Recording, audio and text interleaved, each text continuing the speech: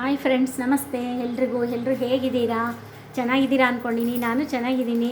ಇವತ್ತು ಸೊಪ್ಪಿನ ಪಲ್ಯ ಮಾಡೋದು ತೋರಿಸ್ತೀನಿ ನೋಡಿರಿ. ಇದು ಎಳರ್ವೆ ಸೊಪ್ಪು ಅಂತಾರೆ, ಅರವಿ ಸೊಪ್ಪು, ಚಿಲ್ಕರ್ವೆ ಅಂತಾರೆ, ಎಳರ್ವೆ ಅಂತಾರೆ.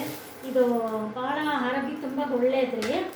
ಆಮೇಲೆ ಅದಕ್ಕೆ ಏನೇನು ಬೇಕು ಅಂದರೆ ಈರುಳ್ಳಿ, ಹಸಿಮೆಣಸಿನ್ಕಾಯಿ, ಹಸಿ ಕೊಬ್ಬರಿ, ಇನ್ನೇನು ಉಪ್ಪು, ಎಣ್ಣೆ, ಮಾಮೂಲಿ ಸಾಸಿವೆ, ಜೀರಿಗೆ ಒಗ್ಗರಣೆಗೆ ಸ್ವಲ್ಪ ಹಾಕಬೇಕು.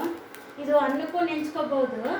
ಎಣ್ಣೆ ಸ್ವಲ್ಪ ಹಾಕಿದರೆ ಸಾಕು. ಇದಕ್ಕೆ ನೋಡಿ 1-2 ಟೀ ಸ್ಪೂನ್ ಹಾಕಿದ್ದೀನಿ ಸಾಕು ಅಂತ. ಈರುಳ್ಳಿ ಮಾಗಿದ್ರೆ ಸಾಕು. ಚೂರು ಹಾಕಿ 3 ಸ್ಪೂನ್ ಬೇಕಾಗುತ್ತೆ. 2-3 ಟೀ ಸ್ಪೂನು ಇದೆ ನೋಡಿ. ಇಲ್ಲಿ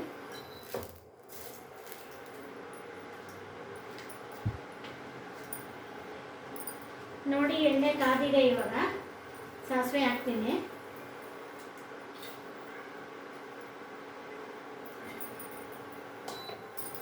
ಕಾದಿದೆ ಅಂದ್ಕೊಂಡೆ, ಕಾದಿಲ್ಲ. ಇವಾಗಿನ್ನು ಕಾಯಬೇಕು. ಸ್ವಲ್ಪ ಜಾಸ್ತಿ ಇಡ್ತೀನಿ ಸ್ಟವ್. ಇದು ಆರೋಗ್ಯಕ್ಕಂತೂ ತುಂಬ ಒಳ್ಳೆಯದ್ರಿ. ಬ್ಲಡ್ ಇಂಪ್ರೂವ್ ಆಗುತ್ತೆ ಈ ಸೊಪ್ಪು ತಿನ್ನೋದ್ರಿಂದ. ತುಂಬ ಹೆಲ್ತಿ ಸೊಪ್ಪಿದು. ಎಲ್ಲದಕ್ಕೂ ಅನ್ನಕ್ಕೂ ನೆಂಚ್ಕೊಂಡು ತಿನ್ಬೋದು ಈ ಸೊಪ್ಪು. ಆಮೇಲೆ ಇದು ರೊಟ್ಟಿ, ಚಪಾತಿ ಎಲ್ಲದಕ್ಕೂ ತಿನ್ಬೋದು. ಇದಕ್ಕೆ ನೀರು ಹಾಕಂಗಿಲ್ಲ, ಸುಮ್ಮನೆ ಸ್ವಲ್ಪ ಚಿಮಿಸ್ಬೇಕು. ಇವಾಗ ಸಿಡಿತಾ ಇದೆ ನೋಡಿ ಸಾಸಿವೆ. ನಾನು ಸ್ವಲ್ಪ ಸಾಸಿವೆ ಹಾಕಿದ್ದೀನಿ, ಜೀರಿಗೆ, ಕರಿಬೇವು ಹಾಕ್ತಾ ಇದ್ದೀನಿ, ಹಸಿಮೆಣಸಿನ್ಕಾಯಿ. ಈಗ ಹಸಿ ಕೊಬ್ಬರಿ ಇದ್ದರೆ ಚೆನ್ನಾಗಿ. ಈರುಳ್ಳಿ. ದಿನ ಊಟದಲ್ಲಿ ಸೊಪ್ಪಿನ ಪಲ್ಯ ಇದ್ರಂತೂ ತುಂಬ ಒಳ್ಳೆಯದು ಆರೋಗ್ಯಕ್ಕೆ. ಮೆಂತ್ಯ ಸೊಪ್ಪಿಂದಾದರೆ ಹಸಿ ಪಚಡಿ ಮಾಡ್ಕೋಬೋದು. ನೆಕ್ಸ್ಟ್ ಅದನ್ನು ತೋರಿಸ್ತೀನಿ. ಆಮೇಲೆ ಉಪ್ಪು ಜಾಸ್ತಿ ಹಿಡಿಯಲ್ಲ ರೀ. ಇದು ಒಂದು ಅರ್ಧ ಸ್ಪೂನ್ ಹಾಕಿರ್ತೀನಿ. ನಿಮಗೆ ರುಚಿಗೆ ತಕ್ಕಷ್ಟು ಹಾಕ್ಕೊಳ್ಳಿ ಉಪ್ಪು.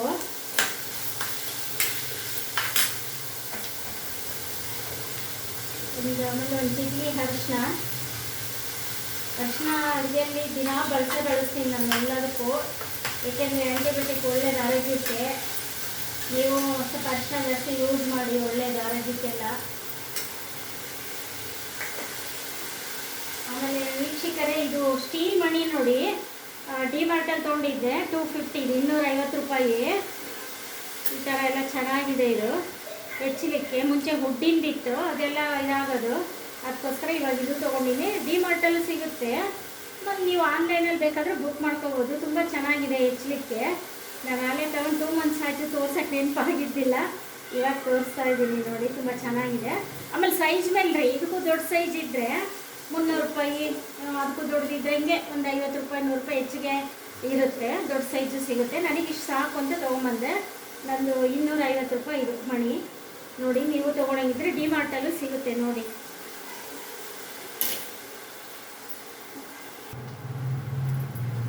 ನೋಡಿ ಒಂದು ಅರ್ಧ ಸ್ಪೂನು ಒಗ್ಗರಣೆಗೆ ಇದಾಗ್ತೀನಿ. ಸಾಂಬಾರು ಪುಡಿ ಸ್ವಲ್ಪ ಹಾಕಬೇಕು, ಜಾಸ್ತಿ ಹಾಕ್ಬಾರ್ದು.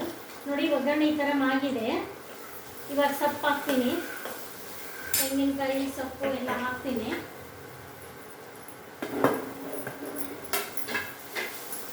ಉಪ್ಪು ಒಗ್ಗರಣೆಗೆ ಹಾಕ್ಬಿಟ್ಟಿದ್ದೀನಿ ಸೊಪ್ಪಿಗೆ ಆಗೋಷ್ಟು.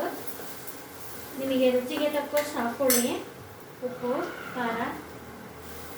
ಆ್ಯಕ್ಚುಲಿ ಇದಕ್ಕೆ ಖಾರ ಪುಡಿ ಹಾಕಿದ್ರೆ ಚೆನ್ನಾಗಿ ಹತ್ತುತ್ತೆ. ನಾನು ಪ್ರತಿ ಸಲ ಖಾರ ಪುಡಿ ಹಾಕ್ತಿದ್ದೆ. ಈ ಸಲ ಹಸಿಮೆಣಸಿಗೆ ಹಾಕೋಣ ಅಂತ ಹಾಕಿದ್ದೀನಿ ಸ್ವಲ್ಪ. ಇದೊಂದು ಸಲ ಟೇಸ್ಟ್ ನೋಡೋಣ ಅಂತ. ಸೊಪ್ಪಿನ ಪಲ್ಯಕ್ಕೆಲ್ಲ ಖಾರ ಪುಡಿ ಚೆನ್ನಾಗಿ ಹತ್ತುತ್ತೆ. ಒಂದ್ಸಲಿ ಮೆಣಸಿಕಾಯಿದು ಟೇಸ್ಟ್ ನೋಡೋಣ ಅಂತ ಮೆಣಸಿಕಾಯಿ ಹಾಕಿದ್ದೀನಿ. ಈ ಥರ ಸ್ವಲ್ಪ ಹಾಕಿ ಕಲಿಸ್ಬೇಕು. ಅವಾಗ ಒಗ್ಗರಣೆ ಎಲ್ಲ ಕಡೆ ಹತ್ತುತ್ತೆ.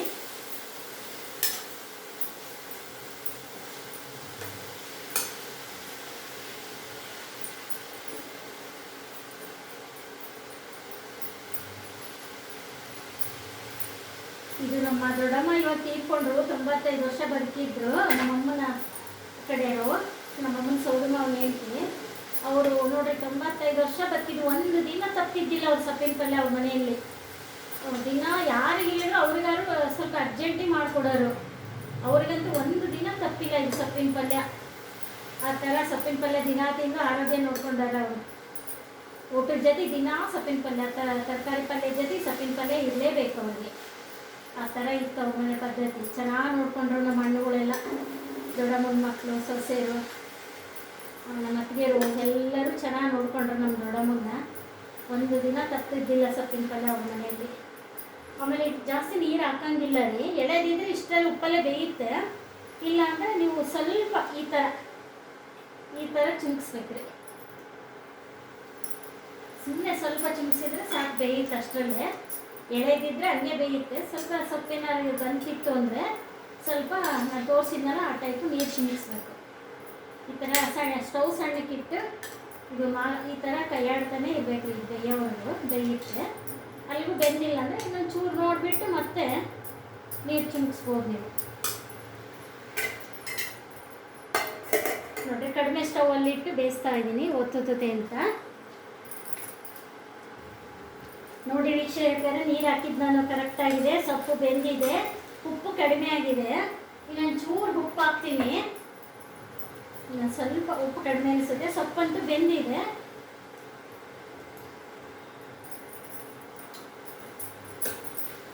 ಇಷ್ಟೇ ಮುಗೀತು ಪಲ್ಯ ನೋಡಿ.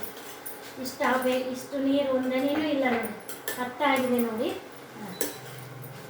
ಈ ಥರ ಇದ್ದರೆ ತುಂಬ ಟೇಸ್ಟ್ ಆಗುತ್ತೆ ಇದು ಸೊಪ್ಪಿನ ಪಲ್ಯಕ್ಕೆ. ನೀರು ಜಾಸ್ತಿ ಹಾಕಿದ್ರೆ ಟೇಸ್ಟ್ ಬರಲ್ಲ ಪಲ್ಯ. ಸ್ವಲ್ಪ ಚುಮುಸಿ ಇಡಬೇಕು ರೀ ನೋಡ್ಕೊಂತ. ನೀರು ಬಿಟ್ಬಿಟ್ರೆ ಟೇಸ್ಟ್ ಹೋಗ್ಬಿಡುತ್ತೆ ಎಲ್ಲ.